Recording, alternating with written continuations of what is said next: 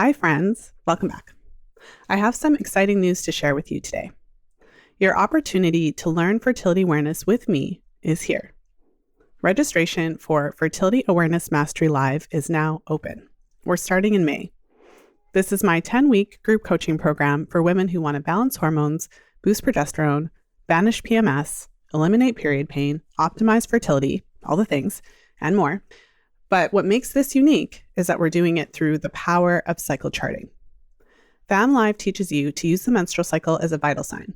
You'll leave this program not only with a solid understanding of the symptothermal method for birth control and conception, but with a completely new relationship with your body and your cycles. We keep the group small so that we can better support each of you, so spaces are limited. Apply now at fertilityfriday.com/FAM. That's fertilityfriday.com/FAM. This is the Fertility Friday podcast, episode number 467.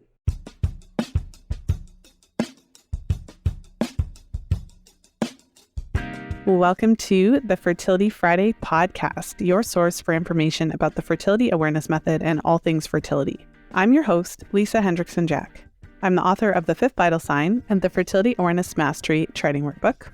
I'm a certified fertility awareness educator and holistic reproductive health practitioner with over 20 years of experience teaching women to connect to their fifth vital sign through menstrual cycle charting, balancing hormone health, and optimizing the menstrual cycle without hormones.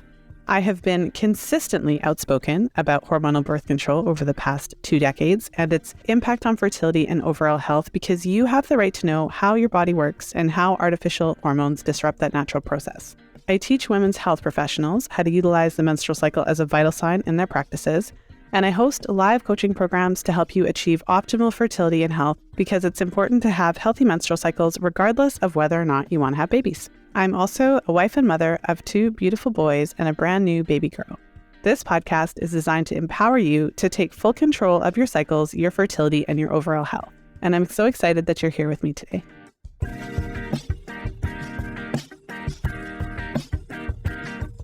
Today, I'm sharing a new episode, a deep dive into some of the most common questions about cervical mucus. And this episode was actually inspired by a recent Instagram post that I made. And I shared some information about the different types of mucus. And I asked a trick question, which is, which type is more fertile? So stay tuned. We're going to get more into that. And we'll get into the discussion that comes out of that question and when we look at mucus and the role it plays in fertility. So lots of good stuff to come.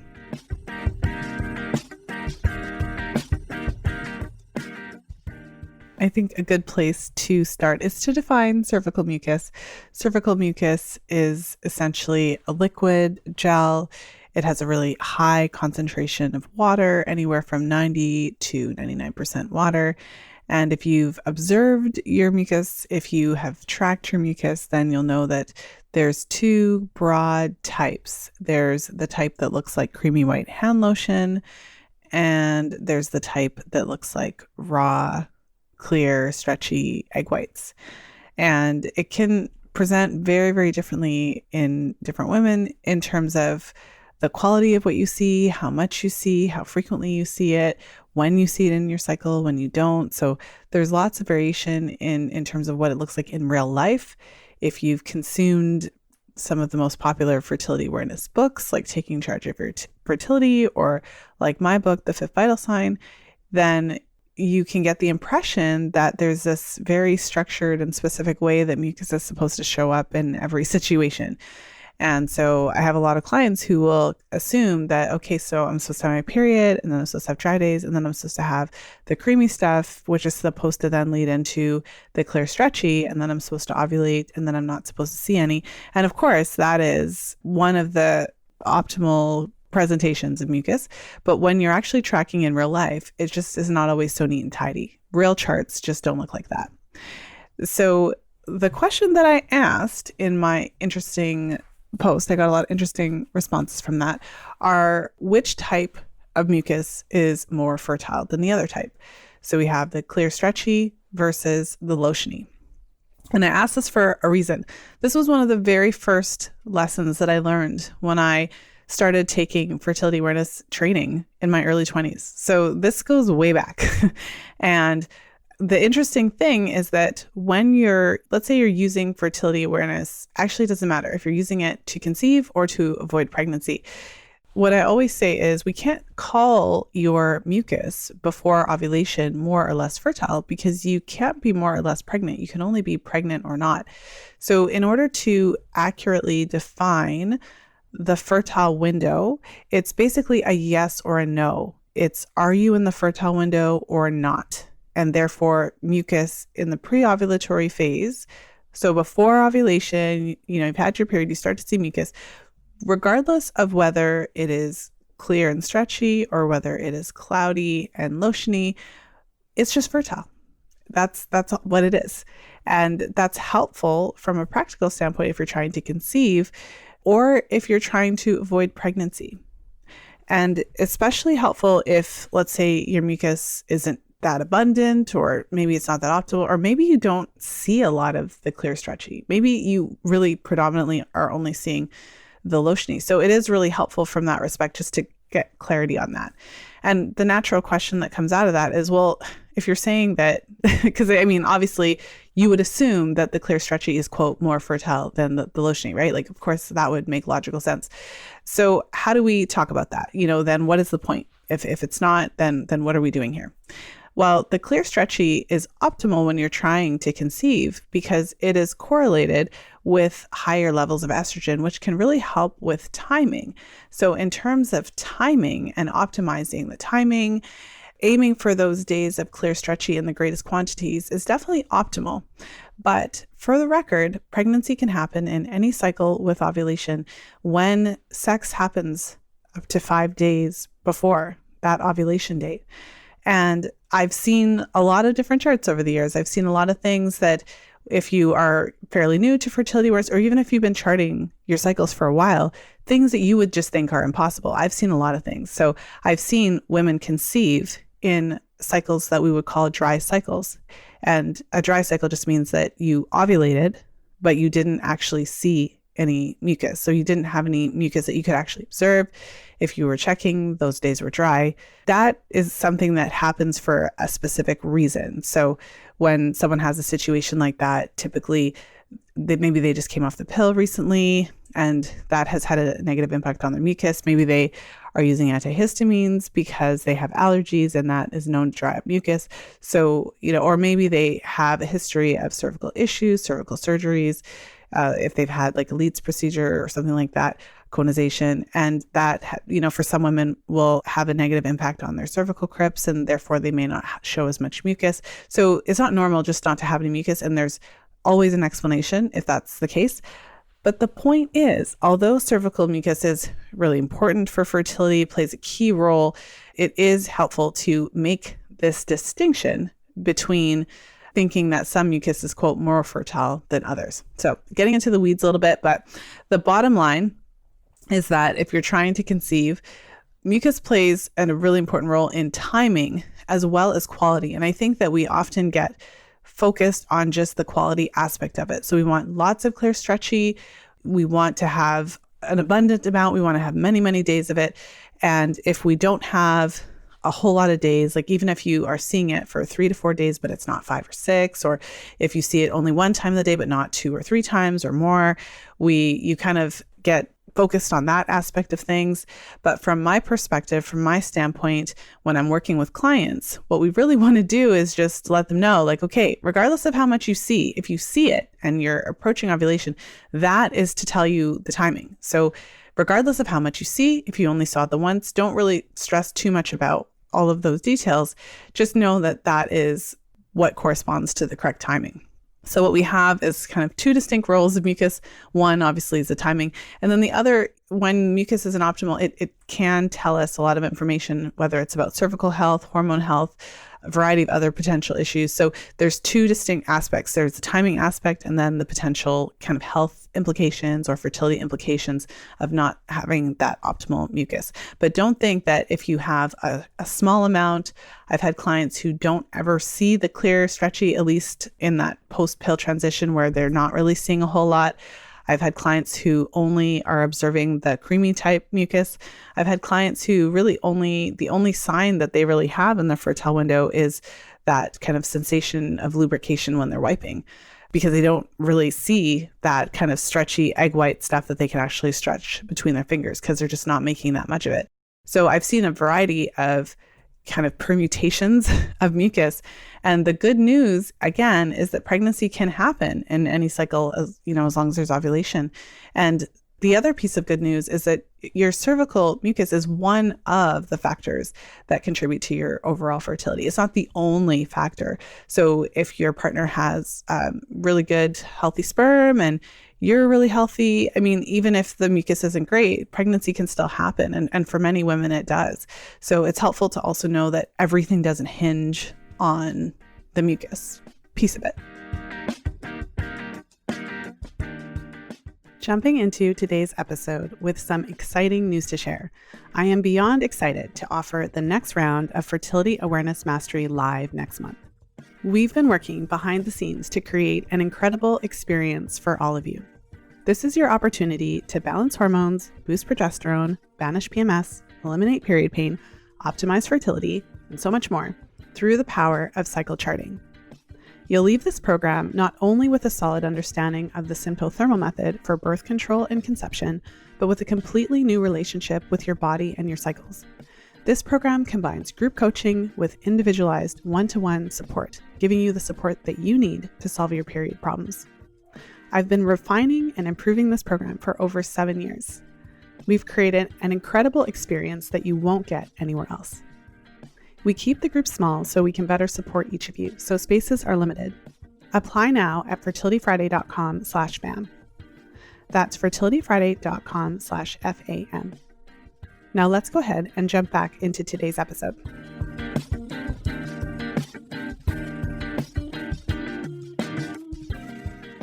So if you're wondering, well, can I get pregnant if my mucus isn't very abundant, if I don't see it very much, but I know that I'm ovulating and I do see it, but I just see a little bit, or, those kind of questions. I think that it can be a relief to know, well, yes, it can still happen. And if you're timing sex correctly, cycle after cycle, and pregnancy isn't happening, what I always say is that we have to start looking deeper to see what else is going on.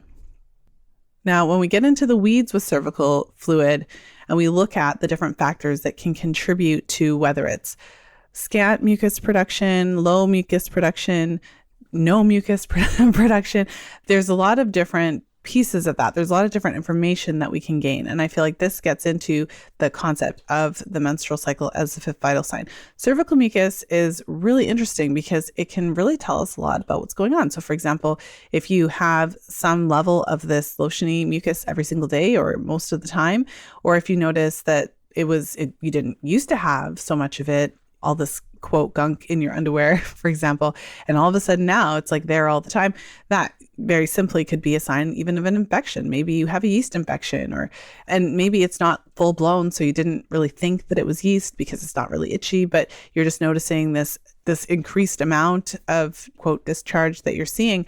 So from something just as straightforward as being able to identify if potentially you have an infection, or even yellow mucus can be a sign of an infection. I know that there's plenty of I've heard a lot of different views on yellow mucus. Oh, it's normal and whatever. But the amount of clients who we've identified infection based on the color of their mucus, like that yellow tinge, would indicate to me that it's not just a normal thing. But so that's really interesting. Certain mucus patterns can indicate even abnormal cervical cells, which is something that I've talked about in a number of different podcast episodes. So I'll be sure to link those so you can, if this is something that you're wanting to look more into. And also, if you have my book, The Fifth Vital Sign, I talk about that in chapter 11. So chapter 11, if you do have the book, is a really good place to go for all things improving cervical mucus, like cervical mucus amount, boosting the quality and the quantity of your mucus, and really getting into some of the reasons why you might not be seeing optimal amounts. And of course, there's other situations where it could just be the impact of certain drugs. So it is important to know that if you recently came off the pill and you're starting to chart and you're really getting into it, but you're not noticing a lot of mucus, there is this post-pill transition phase that does last for several months. Anywhere from, I would say, 9 to 12 cycles it can take for everything to normalize post-pill. And I've certainly seen a lot of that. I've seen a lot of clients come off the pill, and even if they're seeing mucus, it's just not necessarily a whole lot of it, or not necessarily many, many days or of that peak clear stretchy, or even if they do have plenty of days of the clear stretchy, maybe they're only seeing it like once or twice. So that's something to keep in mind as well, because if there are some of these other factors that are contributing to what you're seeing, I've also had clients post-fertility treatments who've had significantly lower mucus production, things like that. So it is helpful to put it all into context. And again, the good news in that is that you don't need to have perfect mucus to conceive.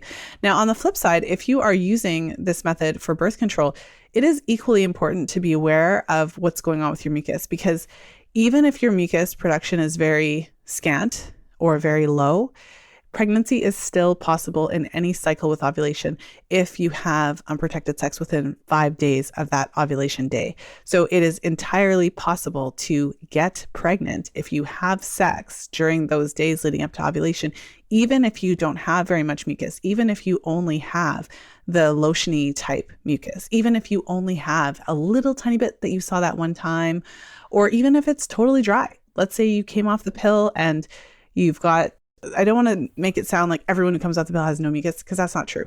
But I have seen a certain percentage of clients who literally have nothing for a couple of months, just totally dry, but they're ovulating, which we're confirming with a basal body temperature and other signs. I think it's more common to see mucus, but again, it usually takes a bit of time for the amount to really rebound. But the point is that if you're avoiding pregnancy, it's equally important to understand that even if you don't have a lot, it doesn't necessarily mean that you won't be able to conceive. So going back to the initial question that I brought up here, which was which mucus type is more fertile? Again, what I always say is that, well, you can't be more or less pregnant. So we can't really talk in those terms. Now, if I think back to my early 20s when I was learning fertility awareness for the first time, and I was with a little group and we actually took a course together, and it was a lot of fun. But we always used to say, you know, it was always like a joke amongst us, like, oh, mucus is fertile, all mucus is fertile. We joked about making a t-shirt, but we never got around to the t-shirt part. But really, it was one of those foundational pieces of understanding the method. Because when you're using that method for birth control, you really, as soon as you get into your head about like, oh, well, it's just a little bit, or, you know, oh, well, you know, the creamy stuff, it's just not really that fertile or whatever. That's the kind of stuff that people say before they accidentally do something, you know, accidentally have sex on a fertile day and end up with an unplanned pregnancy, right? So for whatever your goals are, it is helpful to know how that works and to kind of shift that language on that. I feel like one of the natural questions then that comes out of this conversation, I can just picture it already. Emails come in my way. So what do we do to improve it? You know, I'm looking at my mucus. I'm not seeing very much. I've got concerns. I don't see a lot of egg white, like how much is enough and all that kind of stuff. And, you know, what do I do to improve it? And I think that what everybody wants is a supplement list of the magical supplements that we can take to boost the mucus production. But there's a couple of just pieces of information I think are useful for this piece of the conversation. If we go back to the basics, when you are healthy, so outside of hormonal issues and post-pill stuff and other types of medications that could have a negative effect on mucus, so outside of all that stuff, if you're just healthy and your cervix is healthy, so, you know, no past cervical surgeries, you know, none of that stuff, like just healthy, everything's healthy, then your mucus production is actually an indirect measure or indirect result of your hormone cycle. So when you're having a normal healthy cycle, you're approaching ovulation, your estrogen levels are rising because of your follicular development, that triggers the mucus production. And so therefore, when you're seeing mucus throughout the cycle, it is actually a reflection of what's happening hormonally. So the first step to supporting optimal mucus production is actually supporting optimal hormone production. And so a lot of the things that we would need to do to achieve that, whether it's eating a balanced meal with sufficient protein to make sure we're getting enough and giving our body the building blocks that we need to create those hormones, whether it's getting enough sleep, sleeping in the dark to make sure that we're, again, supporting optimal hormone production. Those are some of the things that we want to put in place first before we jump to the magical supplement conversation. Nutrients like folate, B vitamins, vitamin D, there's a number of different nutrients that support cervical health, whether it's indirectly or directly. And then there's other supplements that are kind of well known to support cervical mucus production, things like that. But again, it's a broader conversation. And the reason that I talk about it this way is because I feel like a lot of women can get so focused on the mucus that it can really become this kind of big piece where there might be something else that's more important, right? So especially for my conception clients. So you'll also notice that I'm always going on about sperm quality and talking about those kinds of things as well, because often there are other things that are also important, if not more important, whether it's the foundational preconception nutrition piece of it to replenish nutrients, particularly if you were on the pill. We know that the pill depletes a whole slew of nutrients that are necessary for optimal conception, whether you're postpartum and you're trying to conceive baby number 2 or 3 or something like that. After you have a baby, as I record this, my daughter is 10 months old, so I'm right in there in the postpartum phase. But there are a few things that will deplete nutrients to the same degree as growing a tiny human. And so we could be focused on cervical mucus when really we need to be focusing, not to say the mucus isn't important, but maybe we also need to be pulling out that lens a little bit backwards, pulling it out a little bit so that we can look at the whole picture and really recognize some of the other pieces of the equation that are also important. And the reason I say that again is because pregnancy is possible in any cycle with ovulation, even if the mucus isn't perfect.